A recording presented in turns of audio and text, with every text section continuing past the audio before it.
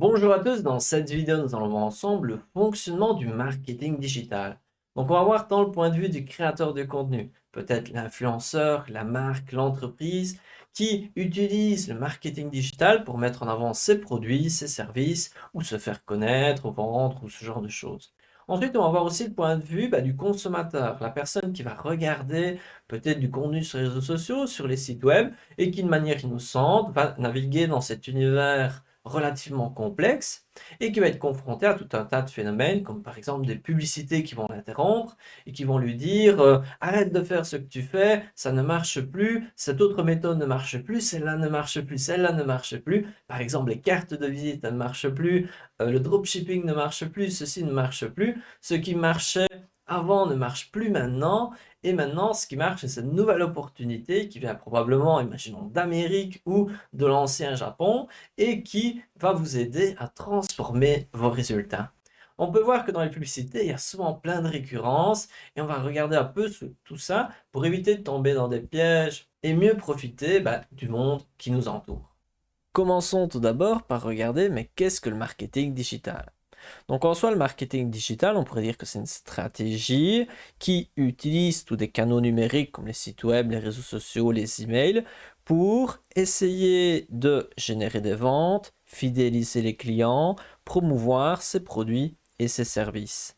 Il existe plusieurs canaux, plusieurs types d'outils que l'on peut utiliser du point de vue de l'entreprise. Et il y a les sites web qui ont comme avantage de pouvoir faire gagner en crédibilité, évidemment si le site web est bien fait. Ensuite, nous avons tout ce qui est réseaux sociaux. Et donc là, prenons en 2023, il y a 4 milliards de personnes qui utilisent les réseaux sociaux. Donc c'est quand même un média très important. Ensuite, il y a tout ce qui est publicité en ligne. Et si on regarde simplement les revenus mondiaux de la publicité numérique, c'est 455 milliards en 2021. Actuellement, c'est sûrement bien plus. Donc, c'est certainement pas un petit phénomène. Ensuite, nous avons tout ce qui est email marketing. On pourrait dire, ah, ça c'est vieux, c'est démodé. Mais en attendant, c'est sûrement celui qui a un meilleur retour sur investissement, si évidemment, si c'est bien fait. Ensuite, il y a tout ce qui est marketing de contenu, donc c'est créer du contenu pour gagner en intention, gagner en crédibilité, et donc on peut voir tout ce qui est article de blog ou tout ce qui est par exemple création de vidéos, d'infographies qu'on peut retrouver sur YouTube, Pinterest. Ensuite, il y a tout ce qui est marketing d'affiliation, donc ça, c'est quelque chose qui peut ne pas du tout vous concerner, peut-être un petit peu. Donc c'est le fait de promouvoir des produits, des services d'autres personnes et recevoir une commission si vous arrivez à convaincre une personne d'acheter. Imaginons, vous allez promouvoir un produit d'Amazon et vous pouvez recevoir une commission à chaque fois que quelqu'un que vous envoyez achète sur Amazon. Ensuite, on peut voir qu'il y a pas mal d'avantages. Commençons tout d'abord par dire qu'il y a une portée mondiale.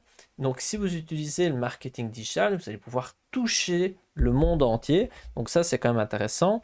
Ensuite, en termes de coût, c'est généralement moins cher que, imaginons, que mettre des panneaux un peu partout. Donc, ça, c'est intéressant, même si de petit à petit, les coûts sont toujours en train d'augmenter et donc parfois, ça devient moins intéressant. Ensuite, un gros avantage, c'est que c'est très mesurable. On a plein de données. Et donc ça, c'est vraiment un peu inimaginable la quantité de données qu'il est possible d'avoir. Et un des plus gros avantages, c'est la publicité, c'est le ciblage.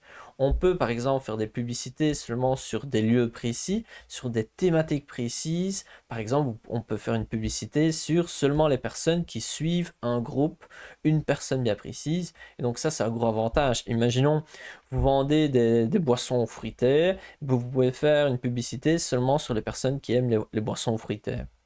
Et donc, pour terminer cette intro, il y a quelques termes clés à connaître. Donc, c'est l'appel à l'action. Donc, vous allez le retrouver sous plusieurs noms. On peut dire l'appel à l'action. Donc, c'est, prenons une vidéo YouTube.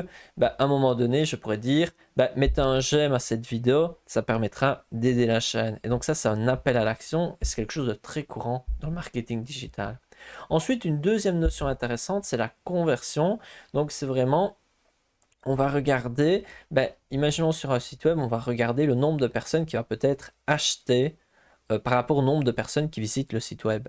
Ce n'est pas que sur l'achat, mais le concept il est là. Un autre point intéressant, c'est le taux de clic. Imaginons, je réalise une vidéo sur YouTube, on va pouvoir regarder le taux de clic par rapport aux personnes qui sont sur YouTube et qui vont voir l'aperçu de ma vidéo, combien vont cliquer. Ensuite, le dernier terme intéressant, c'est le retour sur investissement. Si vous passez votre temps à investir du temps et de l'argent sur les réseaux sociaux, il est intéressant de voir est-ce que ça a rapporté ou pas. Après cette introduction, abordons maintenant un des canaux, c'est le site web. Est-il intéressant de créer un site web pour son propre projet? Quel type de site web existe-t-il? Et du point de vue du consommateur, c'est intéressant de savoir ça pour se rendre compte dans quoi vous vous embarquez, car il existe 3 types différents de sites web. Le premier, c'est le site web classique qu'on connaît. Un site web, peut-être même Amazon, ou un site web, peu importe lequel. Ensuite, le deuxième, c'est un site de lien en bio, où là, c'est une sorte de site web optimisé pour les téléphones, et ce sont des sites web très simples, et vous allez pouvoir le créer même en 10 minutes, 5 minutes. C'est vraiment des sites web très simples. Ensuite, un troisième type de site web s'appelle les funnels.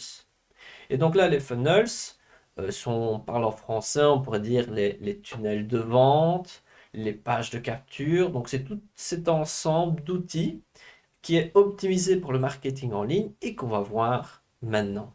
On va regarder les trois un petit peu plus en profondeur et on va commencer par le plus simple, le site de lien en bio, qui est donc un site qui va regrouper des liens dans la bio. Prenons ici un compte Instagram. On peut voir qu'il y a un lien cliquable ici et donc c'est le lien qui est dans la biographie. Donc c'est ça, un site de lien en bio. Donc c'est le type de site le plus rapide à faire, le plus simple.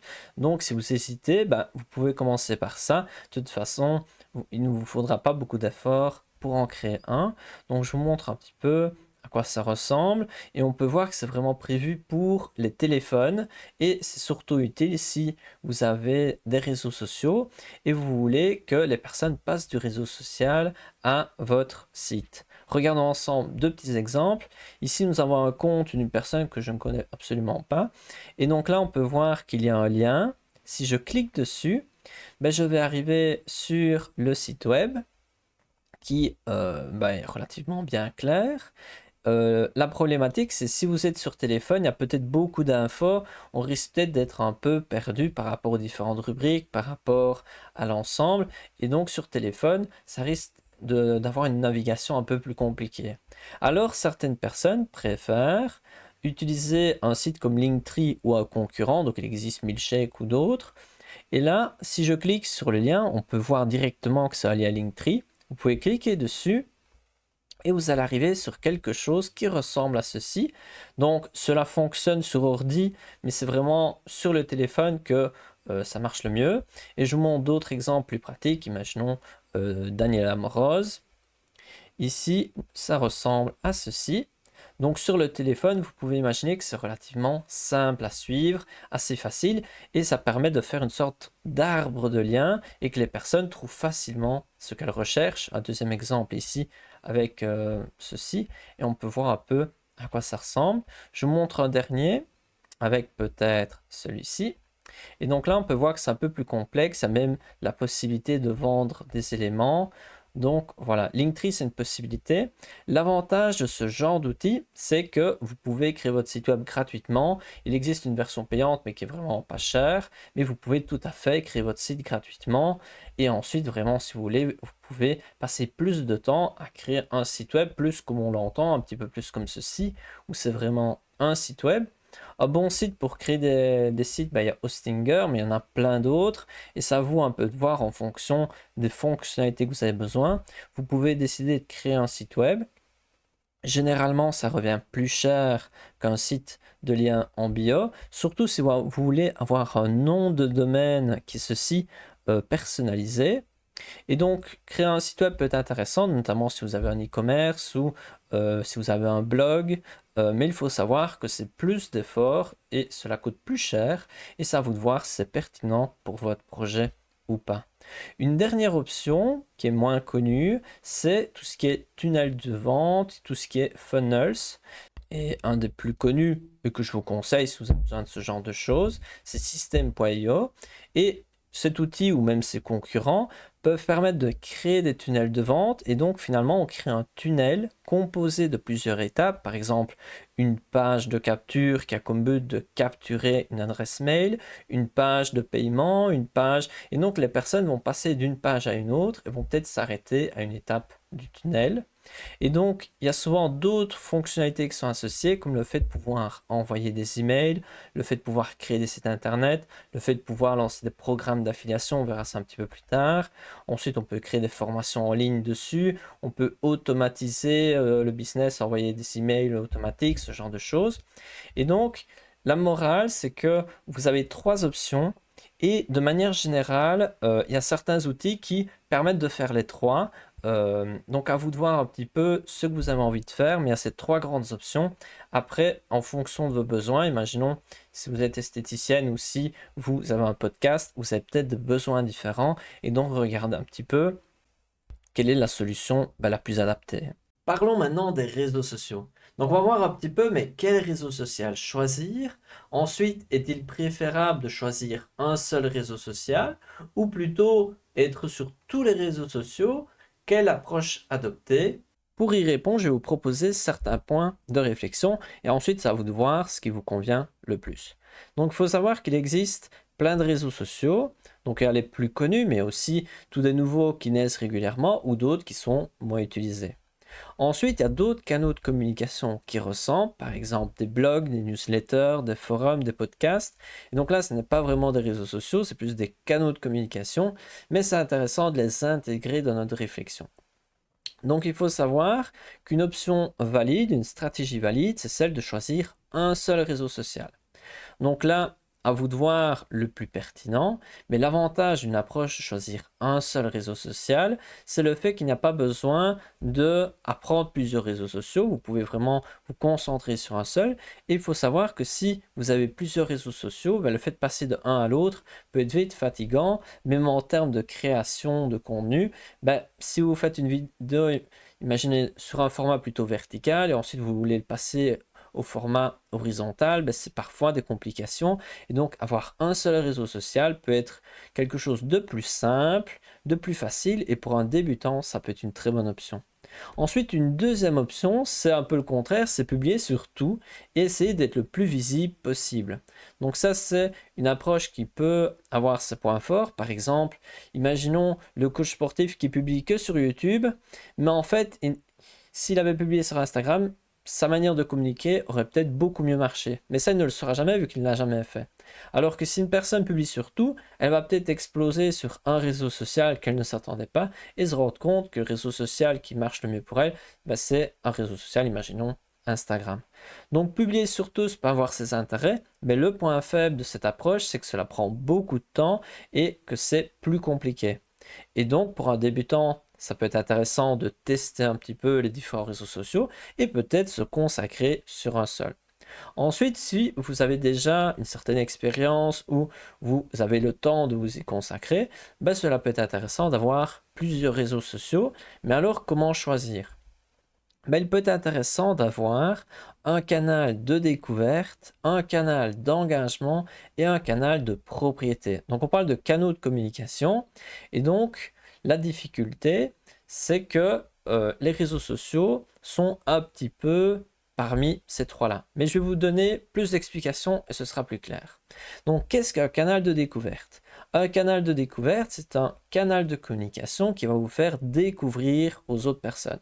Prenons YouTube, c'est fortement un canal de découverte parce que vous pouvez faire des recherches, imaginons sur Canva, et vous allez retrouver par exemple mon profil et vous allez me découvrir grâce au réseau social. Et donc ça, c'est un canal de découverte et tout ce qui marche un petit peu et qui fait découvrir des créateurs de contenu, est un canal de découverte. Donc on peut voir que YouTube, Instagram, TikTok sont des canaux de découverte, alors que LinkedIn un peu moins, parce qu'on voit plus le contenu de personnes qu'on connaît.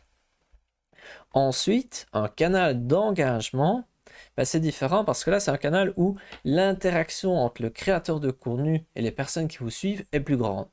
Et donc il y a plus d'engagement, par exemple sur Instagram où on suit des stories, alors que sur YouTube c'est moins un canal d'engagement, mais ça reste quand même tout à fait un canal d'engagement, alors que par exemple sur Pinterest c'est moins un canal d'engagement, tu interagis moins avec la personne. Si vous ne connaissez pas les différents réseaux sociaux, allez voir et vous pouvez voir que chaque réseau social a sa propre, on pourrait dire personnalité et ses points forts, ses points faibles, du moins son style particulier, son langage particulier.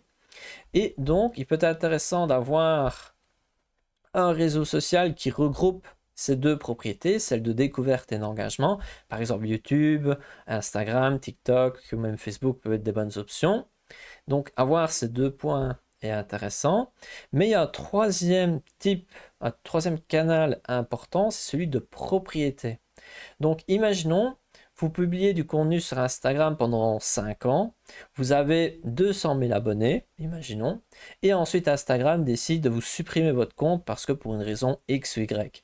Et vous avez tout perdu d'un jour à l'autre. Et donc, c'est là que c'est intéressant d'avoir un canal de propriété, au moins vous ne dépendez pas du bon vouloir des personnes qui gèrent les réseaux sociaux. Et donc, si vous avez un blog ou une newsletter, si YouTube vous bloque ou si Instagram vous bloque, et vous avez une newsletter, vous avez toujours les adresses mail des gens et vous pouvez toujours envoyer des emails. Et le blog, c'est un peu pareil. Et donc, associer dans votre stratégie un canal de découverte et d'engagement, mais un seul réseau social peut convenir. Vous pouvez prendre par exemple pour la découverte plus YouTube et pour l'engagement Instagram ou TikTok, à vous de voir un petit peu ce que vous aimez bien, mais avoir quelque chose qui vous permette d'avoir les deux premières cases validées et ensuite associer ça avec une newsletter peut être intéressant pour éviter de risquer de tout perdre d'un jour à l'autre. Parlons maintenant d'un sujet qui est lié, mais qui est quand même différent, et c'est l'affiliation. Pour vous expliquer l'affiliation, je vais vous raconter une petite histoire. Donc moi, un jour, je quittais un appartement que je louais, et le propriétaire m'a dit, si tu me trouves quelqu'un, je te donne 100 euros. Et donc ça en soi, c'est de l'affiliation. Et on retrouve cela beaucoup en ligne, tant sur la vente de produits physiques, par exemple sur Amazon, que sur des produits digitaux. Je vais vous donner quelques petits exemples. Donc ici, il y a un site qui s'appelle Amazon Partenaire, où vous pouvez promouvoir les produits d'Amazon auprès de votre réseau. Et si une personne clique sur votre lien et achète, vous allez recevoir une commission. Et donc il existe Amazon, mais il y a plein d'autres sites. Par exemple, ClickBank, c'est un site où vous allez retrouver tout un tas d'offres existantes. Et là, c'est principalement des produits digitaux. C'est très adapté si vous parlez en anglais. Et si vous parlez en français, il y a le marketplace sur system.io qui est intéressant parce que là, vous avez plein de formations en français. Et on peut voir, par exemple, cette formation-là, elle a donné 3000 euros, même un peu plus, à ses affiliés dans les 30 derniers jours. Cette formation-ci, elle a donné 1900 euros. Donc, peut-être que ça a une seule personne, peut-être ça a plusieurs personnes, mais il existe tout un tas d'offres que vous allez pouvoir choisir. Imaginons celle-ci, même si je ne sais pas du tout ce que c'est, et vous allez pouvoir promouvoir l'offre. Regardez, si je clique sur promouvoir l'offre, on peut voir que le lien qui est ici, il a à partir de ici, point d'interrogation. Si j'enlève toute la fin, hop, c'est exactement le même site. La différence, c'est qu'il n'y a plus le traceur qui indique que c'est moi qui ai envoyé la personne. Donc le fonctionnement de ce genre d'outil se base vraiment sur le fait que le vendeur puisse tracer les personnes qui lui recommandent des clients. Comme ça, le vendeur peut rémunérer finalement les personnes qui l'ont aidé à vendre. Prenons ici, nous avons ici une autre offre. On peut voir qu'il y a généralement une description ici. Et si vous cliquez sur promouvoir l'offre, on voit à nouveau ici votre identifiant qui permettra au vendeur de voir que c'est vous et de vous payer. Et il faut savoir que par rapport à l'affiliation, ça marche beaucoup mieux pour tout ce qui est produit digitale, parce que là, les commissions sont généralement plus élevées, parce que imaginons si quelqu'un a créé une formation en ligne, il pourrait même donner 80% du bénéfice à la personne qui recommande. De toute façon, ça ne lui coûte pas d'effort. Alors qu'imaginons si vous recommandez une chaussure sur Amazon, vous ne pouvez pas avoir 80% de commission parce que sinon le vendeur il y gagne rien, surtout qu'il a payé aussi Amazon. Et donc là, vous allez recevoir peut-être 5%, ça serait déjà bien.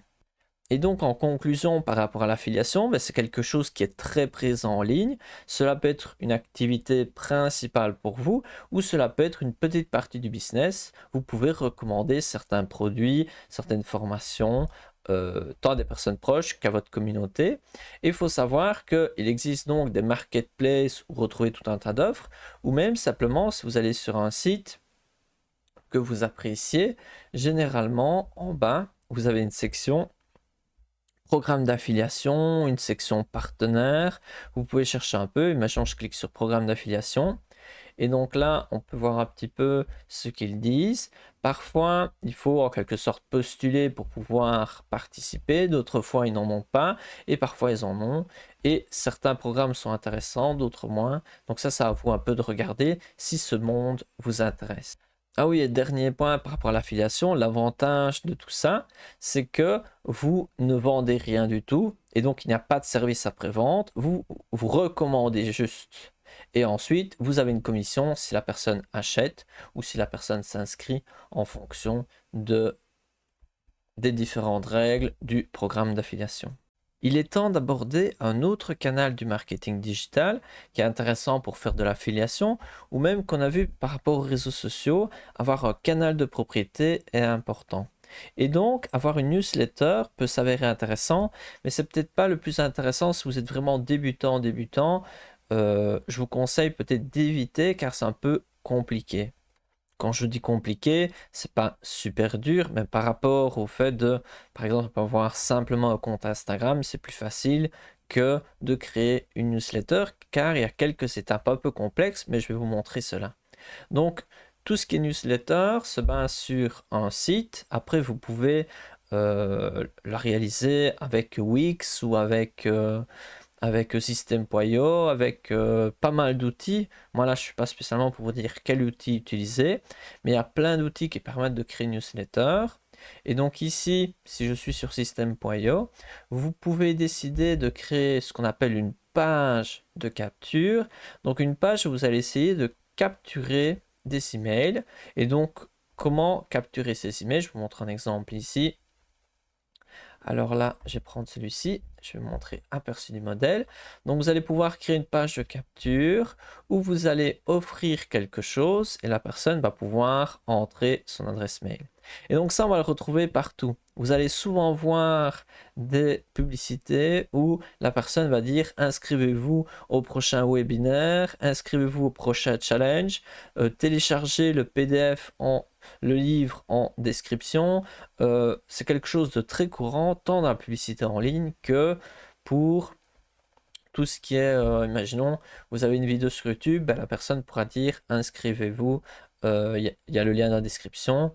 Donc ça c'est quelque chose de très courant et ça marche, et c'est pas par hasard que vous allez retrouver ça un peu partout dans les publicités. Donc il y a cette page de capture et ensuite lorsque vous avez capturé l'email, sur System.io vous allez pouvoir retrouver tous vos contacts ici.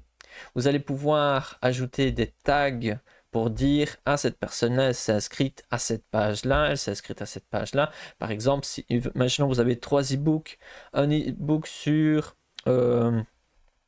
imaginons dans le coaching sportif, un e-book sur des exercices, un e-book sur l'importance de l'activité physique.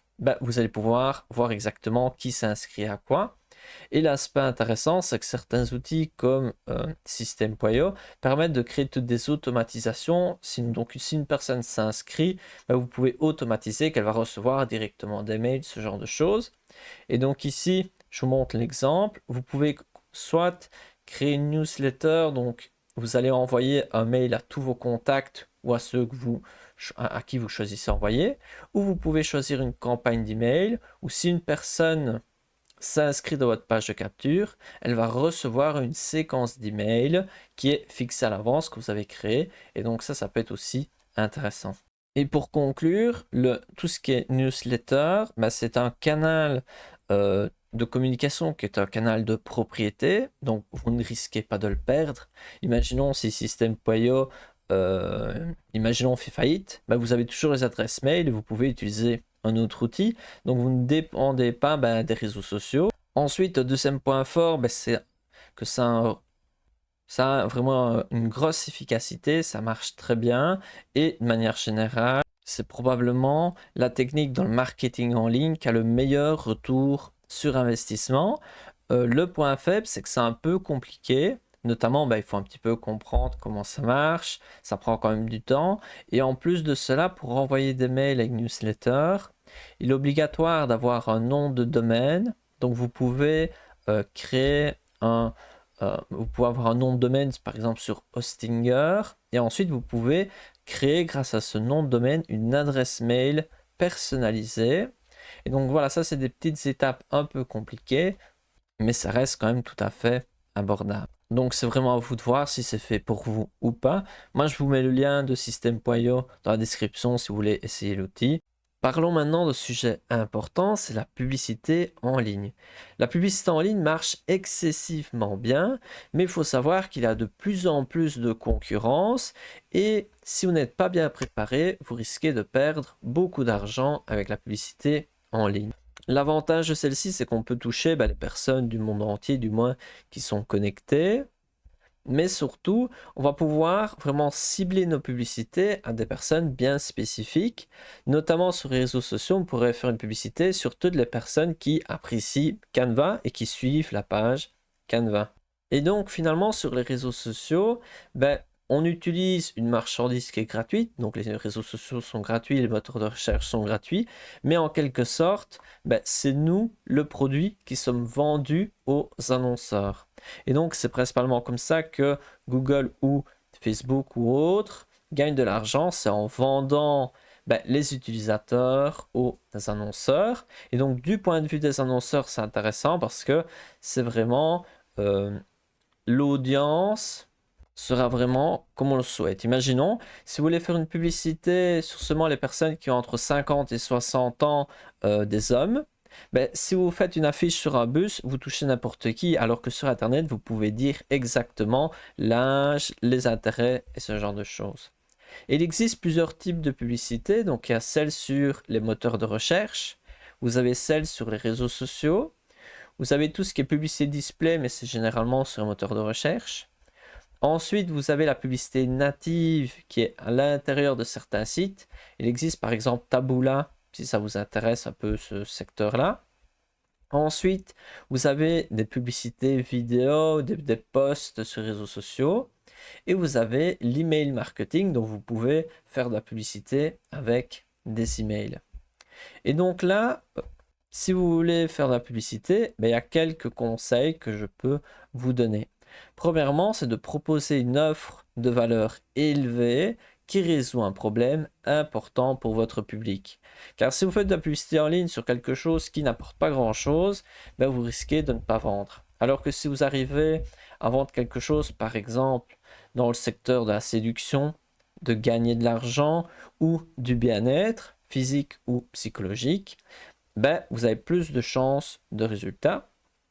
Prenons un exemple. Un coach sportif pourrait baser sa communication sur le fait de dire que vous serez plus séduisant ou plus séduisante, ou peut-être sur le fait de dire que il va vous former, que vous allez pouvoir devenir un coach sportif qui va gagner de l'argent, ou sinon, il va peut-être pouvoir vous dire que vous allez vous sentir mieux. Et donc, de manière générale, vaut mieux s'attarder sur un axe de bénéfice, donc soit plutôt l'argent, soit plutôt la partie bien-être ou séduction. Il y a parfois aussi d'autres options possibles, mais les trois qui marchent le mieux, c'est celle-là. Ensuite, démarrer par un coup bas. Donc surtout si vous vendez tout ce qui est coaching en ligne ou ce genre de choses, commencez par un prix bas. C'est souvent intéressant pour abaisser la barrière d'achat. Parce que voilà, c'est en ligne, on ne connaît pas bien. Et une technique qui existe, c'est celle d'offrir un livre, un vrai livre, Donc imaginons vous vendez votre coaching et là vous pouvez offrir votre livre, mais la personne doit payer les frais d'expédition. Et donc elle paye cela pas trop cher et ensuite vous pouvez lui proposer quelque chose de plus cher.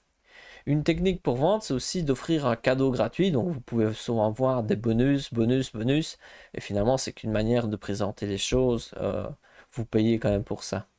Ensuite, quelque chose qui marchera très bien pour tout ce qui est coaching ou l'ensemble, c'est le fait que l'on puisse être remboursé si on n'est pas content. Et donc, ça, c'est quelque chose que vous allez souvent retrouver. Un autre élément intéressant, c'est que lorsqu'on regarde les ventes par coaching ou ce genre de choses, ou je voulais plutôt dire des ventes de coaching, on peut voir souvent trois types d'entonnoirs, trois types de stratégies. Souvent, c'est une première qui vise à capturer l'email, et on appelle ça un lead. Ensuite, il y aura une stratégie de vente, mais une première vente pas trop chère. Et ensuite, une stratégie d'ascension pour essayer de faire payer le plus possible la personne. Et donc, c'est ça que vous allez souvent retrouver dans les coachs sportifs ou dans tout coach, par exemple, de développement personnel. Vous allez retrouver souvent du contenu gratuit ou des publicités qui vont vous inciter à inscrire votre adresse mail dans un événement, peut-être un webinaire, un challenge, un e-book.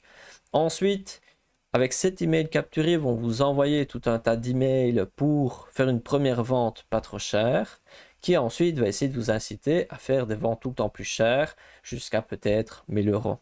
Et donc ça, si vous voulez réaliser ce genre d'activité, ben ça peut être une stratégie qui marche, qui est très courante. Et si au contraire, ça ne vous intéresse pas spécialement, ben, lorsque vous allez vous retrouver face aux publicités, vous êtes conscient de ces stratégies. Ensuite, quelque chose d'important, c'est de faire des tests, des split tests comme on appelle, donc de tester deux versions et ensuite, imaginons vous envoyez un email, ben vous pouvez tester une autre version et voir laquelle marche le mieux. Un petit peu comme sur YouTube, on peut tester deux couvertures pour votre vidéo, vous regardez laquelle marche le mieux, le tout pour essayer d'optimiser petit à petit. Ensuite, quelque chose qui marche bien, que vous allez souvent retrouver, c'est de positionner votre offre, votre produit, comme une nouvelle opportunité. Plutôt que de vendre un produit, présentez-le comme une solution qui est innovante. Prenons, il y a une personne sur Internet qui dit les sites web ils sont morts, ça ne marche plus. Maintenant, ce qu'il faut faire, c'est mettre en place un tunnel de vente et un petit peu comme si c'était une nouvelle opportunité. Mais il y en a d'autres qui vont vraiment, vous allez vraiment ressentir cet aspect, c'est une nouvelle opportunité, c'est quelque chose qui est méconnu. Alors que voilà, prenons les tunnels de vente, ça fait plus de 10 ans que ça existe et l'ensemble des choses, c'est souvent pas spécialement aussi nouveau que ça et vous pouvez trouver des infos gratuites là-dessus. Et donc, cette histoire de nouvelle opportunité est vraiment importante, surtout si c'est une opportunité qui fait un petit peu peur. Donc, ça sera plus facile de vendre, par exemple, une formation sur une nouvelle opportunité pour gagner de l'argent avec les crypto-monnaies, que si c'était, ou sinon, maigrir avec une nouvelle pilule miracle, alors que si vous vendez cette nouvelle... Si vous dites par exemple maigrir en faisant de l'exercice et boire de l'eau, ben, ça va peut-être moins marcher. Et donc, ce mix entre quelque chose de nouveau, cette nouvelle opportunité, un petit peu borderline, par exemple, un peu quelque chose qui fait un petit peu peur, avec quelque chose d'un peu méconnu qui attire la curiosité, ben c'est un mix qui marche très bien, surtout si c'est raconté avec une histoire qui montre vraiment que certaines personnes ont transformé leur vie avec ça, parce que finalement, les personnes ne sont pas intéressées par le produit, mais par le bénéfice de ce produit. Et donc, avec ces histoires, si la personne arrive à créer une connexion personnelle et à donner une certaine confiance, faire que ce n'est pas juste un produit. Et par rapport à ce produit, en soi, on s'en fout un peu du produit. Ce qui va être vraiment vendu, c'est vraiment les bénéfices. Et pour raconter ces bénéfices, c'est souvent intéressant tout ce qui est témoignages, preuves sociales. Et vous allez souvent voir dans la publicité plein de témoignages à se demander s'ils sont vrais. D'ailleurs, j'avais vu un jour des statistiques sur les témoignages sur Internet et mettait que la moitié des témoignages, plus ou moins, c'était des faux, quoi. Et donc, pour vous dire que quand vous voyez les témoignages, c'est quand même à prendre avec des pincettes. Enfin, pour terminer le combo ultime, donc de cette nouvelle opportunité qui fait un peu peur, qui donne beaucoup de bénéfices, qui attire un peu la curiosité, ben, c'est de donner un sentiment d'urgence et donc que c'est un peu quelque chose à ne pas manquer, qu'il faut vraiment...